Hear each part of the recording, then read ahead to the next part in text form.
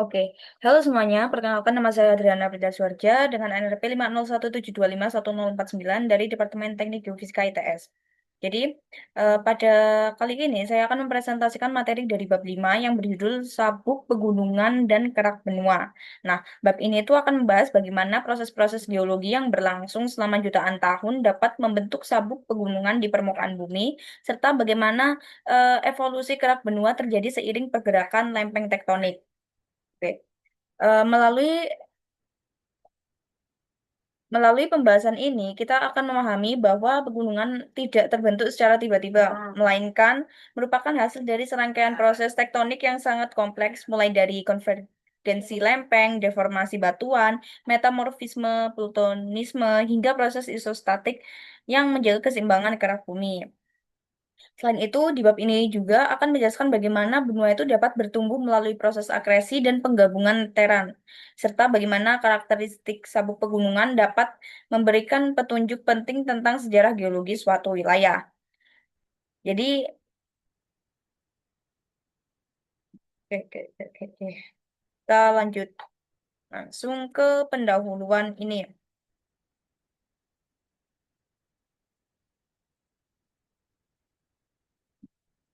Pegunungan itu adalah salah satu bentuk bentang alam paling menonjol di permukaan bumi yang terbentuk melalui proses geologi yang panjang dan kompleks. Nah, pembentukan sabuk pegunungan itu melibatkan interaksi antara gaya endogen seperti tektonik lempeng, vulkanisme, serta proses metamorfisme dengan gaya eksogen seperti pelapukan dan erosi. Endogen sendiri itu merupakan gaya yang berasal dari dalam bumi, sedangkan eksogen itu berasal dari luar. Oke, secara umum sabuk pegunungan itu berkembang dari batuan yang semula terendapkan di dasar laut dan kemudian terangkat serta terdeformasi akibat tekanan tektonik selama jutaan tahun. Nah, untuk memahami bagaimana sabuk pegunungan terbentuk dan berevolusi, seseorang itu perlu menguasai konsep-konsep dalam geologi struktural, termasuk interpretasi terhadap lipatan, sesar, serta karakteristik batuan hasil deformasi. Selain itu juga penting memahami bagaimana batuan tersebut tuh mengalami perubahan akibat aktivitas plutonisme, sedimentasi, dan metamorfisme. Nah, teori tektonik lempeng itu telah memberikan kerangka ilmiah yang efektif untuk menjelaskan proses pembentukan sabuk pegunungan dan evolusi kerak benua. Nah, melalui teori ini, geolog itu dapat menafsirkan berbagai aspek kompleks tentang bagaimana benua itu tumbuh dan berubah. Bab ini itu membahas pengamatan utama tentang sabuk pegunungan, proses orogenik yang menyertainya, serta hubungan antara aktivitas tektonik dengan pertumbuhan kerak benua.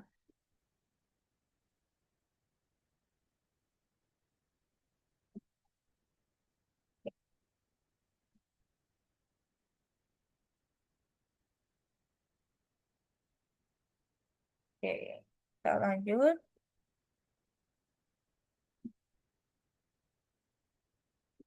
Nih, gunung berapi, bukan. Oh,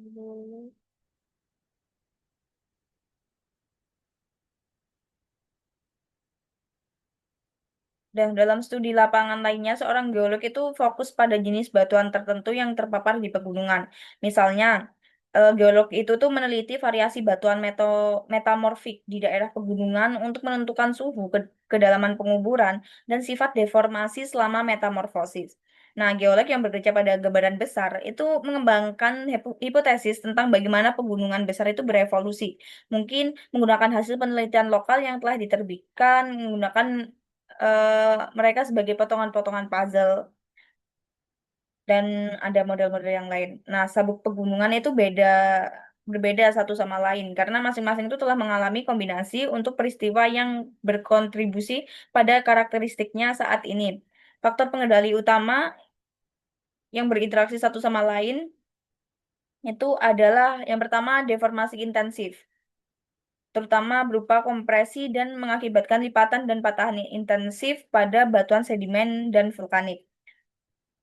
Nah, deformasi ini itu mengakibatkan foliasi yang menyertai metamorfosis. Yang kedua ada isostasi, yaitu pergerakan vertikal pegunungan, baik selama maupun setelah orogeni.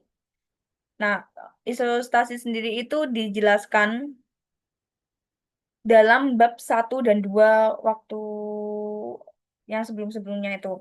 Nah, penyesuaian isostatik itu berarti kerak benua yang lebih tebal itu cenderung mengapung, lebih tinggi di atas mantel daripada kerak yang lebih tipis.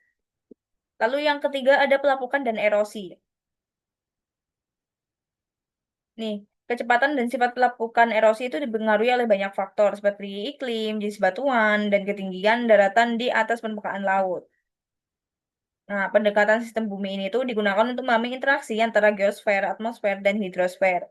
Untuk arti geosfer sendiri dan atmosfer hidrosfer itu sudah dijelaskan dalam bab 1. Oke, lanjut kita ke pendekatan sistem untuk memahami pegunungan.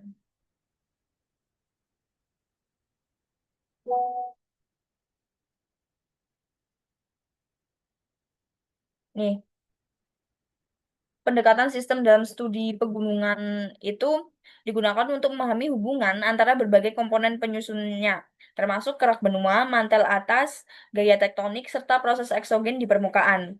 Nah, pegunungan itu bukan hanya kumpulan gunung individu, melainkan suatu sistem geologi besar yang terbentuk akibat interaksi antar proses di dalam bumi. Ini selama beberapa tahun, para geolog itu kan telah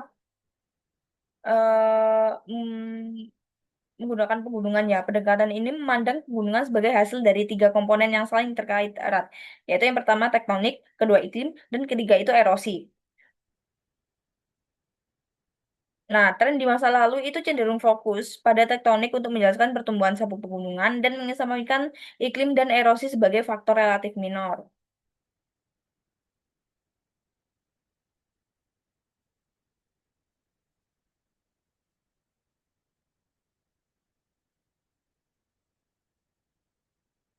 Hmm,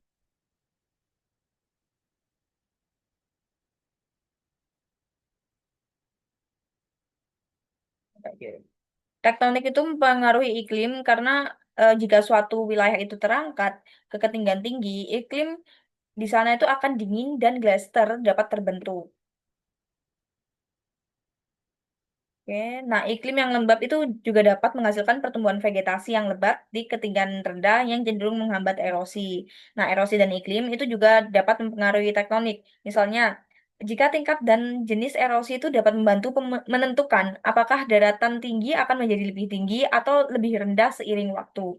Nah, jika dataran tinggi yang dipotong oleh beberapa lembah itu mengalami erosi, dataran tinggi tersebut itu akan tererosi secara merata ke bawah. Setelah erosi, isostasi itu menyebabkan dataran tinggi mengapung ke atas, tetapi tidak sampai ke tingkat aslinya.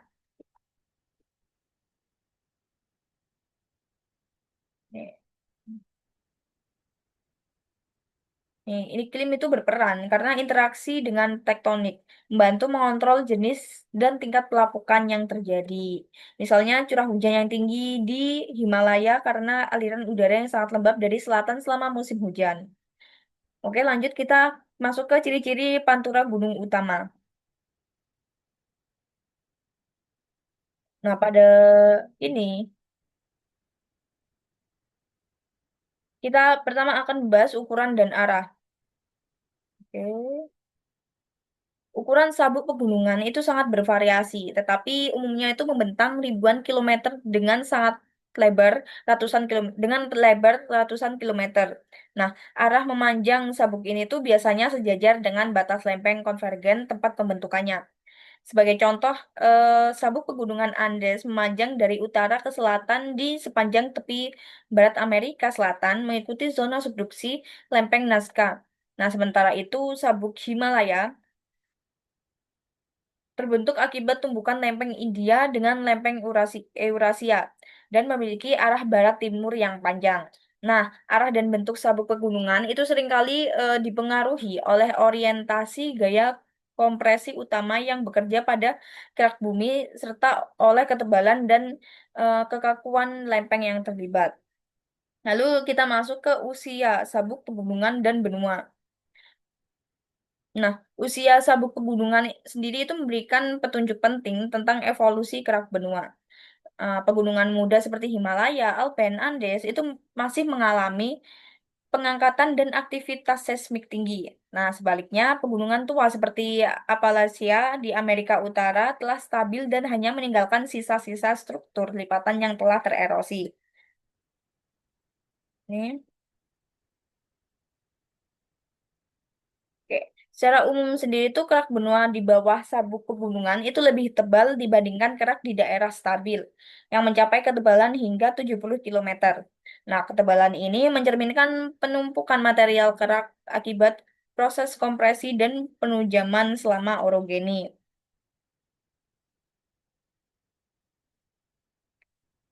Melalui studi umur batuan dan tingkat deformasi, ilmuwan itu dapat menelusuri eh, tahapan pembentukan sabuk pegunungan dan sejarah pertumbuhan benua. Ini. Lalu,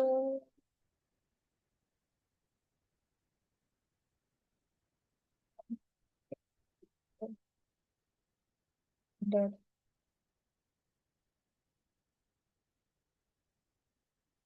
selanjutnya kita akan membahas ketebalan dan karakteristik lapisan batu. Penutup batuan sedimen relatif tipis di dasar batuan di keraton kontras secara tajam dengan urutan sedimen tebal yang khas dari sabuk pegunungan, seperti gambar 5.4. Nah, di sabuk pegunungan, batuan sedimen yang berlapis itu umumnya tebalnya lebih dari 10 kilometer. Nah, jika batuan sedimen terdiri utama dari shell, pasir, dan kapur, kita dapat menyimpulkan bahwa endapan laut terjadi di tepi benua pasif. Sedangkan jika sedimen mengandung komponen vulkanik yang signifikan, lingkungan endapan adalah tepi benua aktif.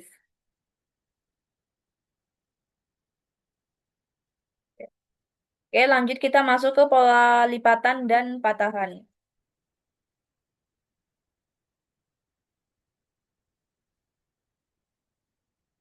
Salah satu ciri utama sabuk pegunungan itu adalah kehadiran struktur lipatan dan patahan dalam skala besar. Lipatan terbentuk ketika lapisan batuan sedimen mengalami tekanan lateral yang menyebabkan lapisan tersebut tuh melengkung tanpa mengalami patahan. Nah, patahan sebaliknya terjadi apabila tekanan melebihi kekuatan batuan, menyebabkan retakan dan pergeseran blok batuan. Lipatan dan patahan sendiri itu merupakan bukti dari deformasi plastis dan rapuhan dalam kerak. Nah, pola dan orientasi struktur ini itu dapat digunakan untuk menentukan arah gaya tektonik yang pernah bekerja, serta menjelaskan ukuran peristiwa geologi selama pembentukan pegunungan. Nah, kombinasi lipatan dan sesar dorong sering ditemukan di zona orogenik yang menunjukkan adanya gaya tekan kuat yang bekerja dalam waktu yang lama. Lanjut, kita masuk ke bagian metamorfosis dan plutonisme. Oke. Di bagian ini tuh metamorfisme itu merupakan proses perubahan batuan akibat peningkatan suhu dan tekanan di dalam kerak selama pembentukan pegunungan. Nah, dalam sabuk orogenik, batuan sedimen yang terlipat itu akan mengalami metamorfosis menjadi batuan seperti sekis, gnesis, atau marmer. Nah, sementara itu, plutonisme sendiri itu adalah proses penembusan magma ke dalam kerak yang menghasilkan batuan intrusif seperti granit atau diorit. Nah, intrusi magma ini itu sering membentuk batolit besar yang menjadi inti dari sabuk pegunungan. Kedua proses ini yang dimana metamorfisme dan plutonisme itu berlangsung bersamaan selama orogeni dan berperan penting dalam memperkuat serta menstabilkan kerak benua. Kita masuk ke patahan normal.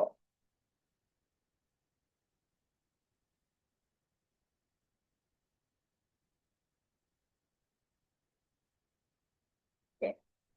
Selain gaya kompresi, gaya ekstensional itu juga dapat bekerja di daerah pegunungan, menghasilkan patahan normal. Nah, patahan ini terbentuk ketika kerak bumi itu meregang dan salah satu blok batuan turun relatif terhadap yang lain. Oke. Patahan normal itu sering muncul pada tahap akhir evolusi pegunungan ketika gaya tektonik itu beralih dari kompresi ke ekstensi. Kehadiran patahan itu menandai penyesuaian isostatik dan redistribusi massa setelah fase utama orogeni. Lalu kita lanjut masuk ke ketebalan dan kepadatan batuan. Kerak benua di bawah sabuk pegunungan itu kan jauh lebih tebal dibandingkan daerah dataran rendah. Nah, ketebalan tersebut tuh diimbangi oleh kepadatan yang lebih rendah karena batuan benua itu kaya akan silika.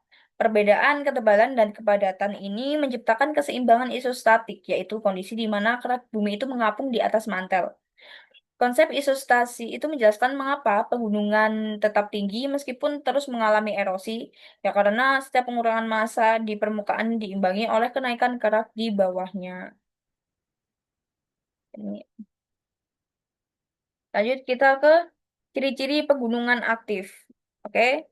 Nah, pegunungan aktif itu dicirikan oleh aktivitas seismik, vulkanisme, dan deformasi yang masih berlangsung. Nah, sabuk ini terletak di zona konvergensi lempeng yang masih aktif secara tektonik. Contohnya yaitu pegunungan Andes di Amerika Selatan dan pegunungan Jepang di Asia Timur. Oke. Eh, Adapun ciri pegunungan aktif antara lain yang pertama yaitu gempa bumi dangkal dan menengah yang sering terjadi. Yang kedua, adanya aktivitas vulkanik intensif di sepanjang zona subduksi. Yang ketiga, pengangkatan dan deformasi kerak yang masih terukur melalui data GPS. Oke, kita masuk ke evolusi jalur pegunungan. Di sini tuh evolusi sabuk pegunungan melibatkan serangkaian proses geodinamik, mulai dari subduksi, tumbukan, hingga stabilisasi kerak. Nah, proses ini umumnya tuh berlangsung dalam jutaan tahun dan menghasilkan struktur geologi yang kompleks. Nah, secara umum, pembentukan pegunungan itu dimulai dengan akumulasi sedimen di tepi benua yang kemudian diikuti oleh deformasi akibat akibat tekanan tektonik pengangkatan dan akhirnya erosi serta penyesuaian isostatik. Kita masuk ke apa ini namanya orogeni dan konvergensi lempeng. Oke, bentar baca dulu.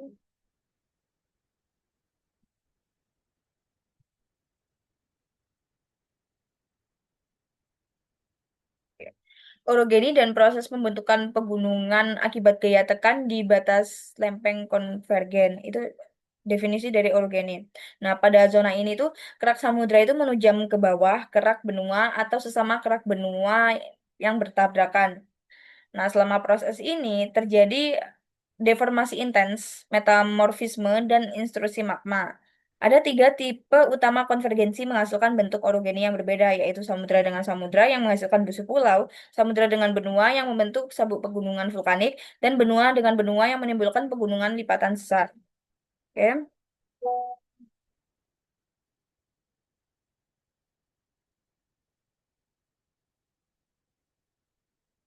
nih. Serpen Serpentine dan talc keduanya itu adalah silikat magnesium terhidrasi. Nah, mereka itu merupakan produk rekristalisasi metamorfik batuan ultramafik ketika air hadir. Nah, serpentin itu adalah batuan berkilau, bercorak, berwarna hijau gelap dan hitam yang mirip dengan kulit ular. Ada juga soapstone yang lebih jarang ditemukan daripada serpentinit. Ini banyak patung dibuat dari soapstone karena kemudahan dalam memotongnya. Diiringi oleh metamorfosis dan aktivitas vulkanik, batu berlapis terkompresi menjadi lipatan. Lipatan balik umum terjadi selama orogeni. Ada juga batuan-batuan yang lebih dalam, yang mengalami metamorfosis regional, diubah menjadi schist dan gneiss.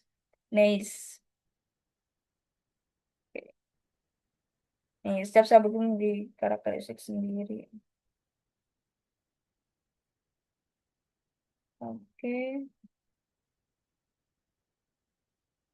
kita lanjut ke konvergensi busur benua. Saat busur dan benua konvergen, lantai samudra antara keduanya itu dihancurkan oleh subduksi. Saat tabrakan terjadi, busur seperti benua itu terjadi terlalu apung untuk disubduksi.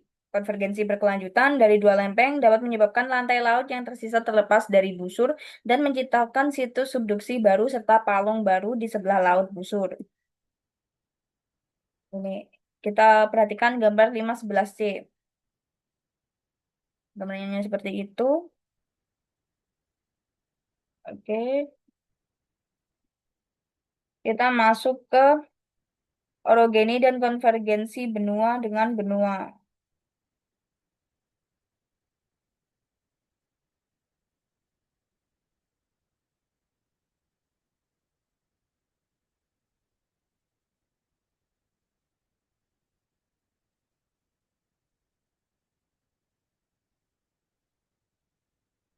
Tuh, banyak banget.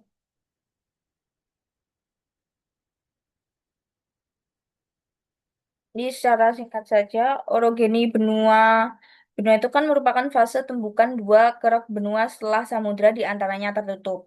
Nah, karena kedua lempeng itu sama-sama ringan dan tidak dapat tersubduksi, tabrakan itu menghasilkan penebalan kerak yang ekstrim.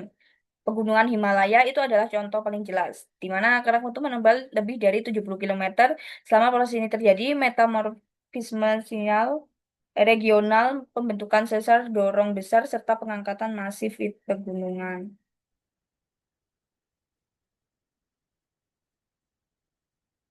Oke, kita masuk ke patahan normal.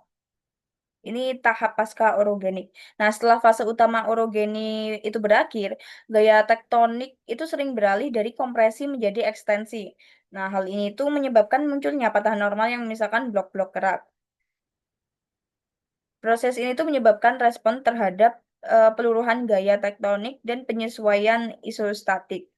Pegunungan yang telah menua kemudian tuh mengalami penurunan elevasi secara perlahan akibat erosi, tetapi dasar kerak tetap tebal. Nih.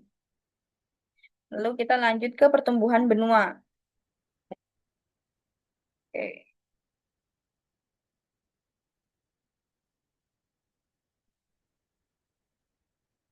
Kalau secara singkatnya, benua itu bertumbuh melalui proses akresi dan kolisi fragmen kerak yang lebih kecil. Nah, dalam skala geologis, tepi benua itu berperan sebagai daerah penambahan material baru dari busur pulau, mikrokontinen, atau kompleks sedimen laut dalam. Selain itu, aktivitas magmatik itu juga menambah volume kerak benua melalui intrusi dan ekstrusi batuan beku. Nah, dengan demikian, kerak benua itu berkembang secara bertahap dan menjadi lebih tebal serta heterogen. Nah, kalau dibahas di sini secara lengkap, pada era Paleozoik, pegunungan Appalachian itu ditambahkan ke bagian timur Amerika Utara dan selama era Mesozoik dan Kenozoik, benua tumbuh ke barat karena akumulasi dan proses orogenik. Nih, akumulasi dan proses orogenik. Nah, oleh karena itu, jika kita tuh melakukan penanggalan isotop pada batuan yang telah mengalami orogeni, mulai dari perisai Kanada dan bergerak ke arah pantai timur dan barat, kita tuh seharusnya menemukan batuan tersebut semakin muda. Secara umum, hal ini tuh tampaknya benar, namun ada beberapa pengecualian yang cukup mencolok. Oke, kita lanjut ke ini, teran yang tergeser. Oke,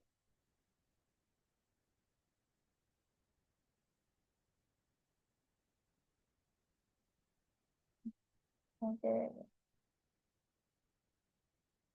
Secara singkat, teran itu adalah fragmen kerak yang berpindah dari lokasi asalnya dan kemudian menyatu dengan benua melalui proses subduksi atau tumbukan. Nah, setiap teran itu memiliki ciri khas geologi yang berbeda, seperti jenis batuan, umur, dan struktur yang menunjukkan bahwa asalnya itu terpisah dari benua induk. Nah, ketika lempeng tektonik itu bergerak, teran itu terbawa hingga akhirnya terakresi ke tepi benua. Nah, proses ini menyebabkan pertumbuhan lateral benua serta menambah keragaman geologi di wilayah tersebut. Nah, studi tentang terannya tergeser membantu para geolog itu merekonstruksi sejarah tektonik dan memahami bagaimana kerak benua itu berevolusi selama miliaran tahun. Ini kalau kita kalau dijabarkan secara jelas di ini di subbab ini. Nih, batas teran itu biasanya berupa patahan, mencakup ribuan kilometer persegi, tetapi beberapa teran itu jauh lebih kecil. Dinamai berdasarkan info geografis utama. Ini kita highlight. Oke. Banyak daerah yang terbentuk secara esensial di tempatnya sebagai hasil akumulasi dan orogeni di sepanjang tepi benua. Memiliki jenis batuan dan usia yang tampaknya tidak terkait dengan geologi pegunungan, di sekitar disebut teran yang diragukan. Oke.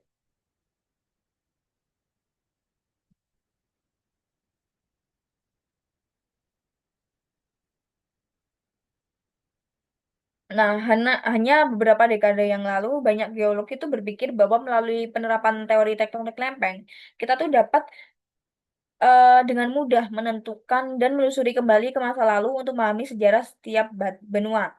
Beberapa itu menyarankan bahwa tidak akan ada masalah besar bagi ilmuwan bumi untuk dipecahkan di masa depan. Tektonik lempeng itu adalah terobosan besar dan banyak masalah telah terpecahkan. Namun dengan lompatan besar dalam ilmu pengetahuan, kita tuh telah mengidentifikasi masalah-masalah baru.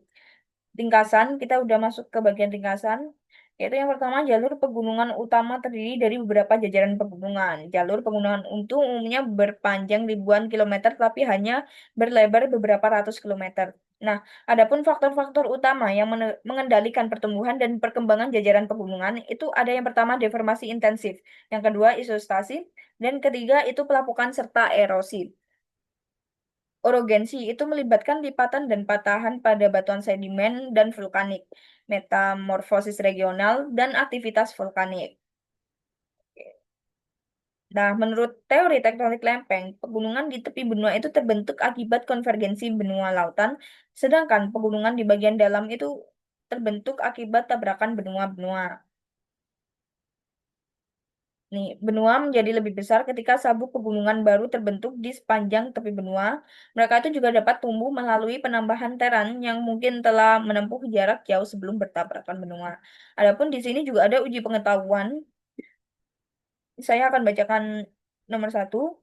Apa yang dapat kita ketahui dari sabuk lipatan dan dorongan tentang apa yang terjadi selama orogeny. Jadi di sini saya menjawab fault and thrust belts itu menunjukkan adanya kompresi dan pemendekan kerak bumi selama orogeny. Ini ini eh,